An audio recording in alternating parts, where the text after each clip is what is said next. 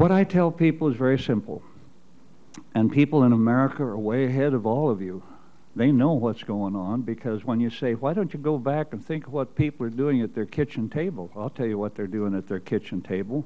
They know that if you spend more than you earn, you lose your butt. And they know that if you spend $1 and borrow 40 cents of it, you must be stupid. And they've got it figured out that this government is stupid. To borrow 40 cents for every buck you spend, forget the charts, forget the GDP, all the rest of it. That's where we are. I think we face the most predictable economic crisis in history. A lot of us sitting in this room didn't see this last crisis as it came upon us, but this one is really easy to see. The fiscal path we are on today is simply not sustainable. This debt and these deficits that we are incurring on an annual basis are like a cancer, and they are truly going to destroy this country from within unless we have the common sense to do something about it. I appreciate that both he and Mr. Bowles were willing to take on this task, and I appreciate the results that they've gotten and the way that they've promoted it across the country. It needed to be done. I was one of the co-sponsors of the Conrad Gregg bill and thought that that was essential, and was disappointed when that didn't pass, and was elated when the president decided to do it anyway, and thought that was a good step.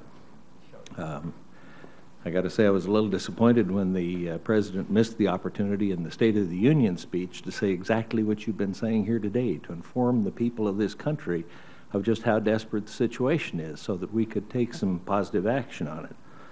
And I was disappointed when the budget proposal came out, because I think that was another opportunity for him to show exactly what you had been saying and to put some of those things into effect. And the biggest thing he did in there was take the tax expenditures and use them for new programs instead of reducing the corporate debt. The American people have figured it out with your help, and they're getting it clearer and clearer every day. We've got to get Congress to catch up. Let me just tell you how crazy our situation is today. We have this treaty where we're supposed, if China were to attack Taiwan, we're supposed to support Taiwan. The only problem is we'd have to borrow the money from China in order to do it. You know, this is a real mess we're in today. And we can either take the ostrich fury and put our heads in the sand, or we can decide we're going to step up and do something about it. But I can tell you, bankers aren't going to continue to finance something that they aren't sure they're going to get paid back. And the less sure they are, the more they're going to charge you at first, and then they're going to cut you off. And we're borrowing half of our money from foreign countries.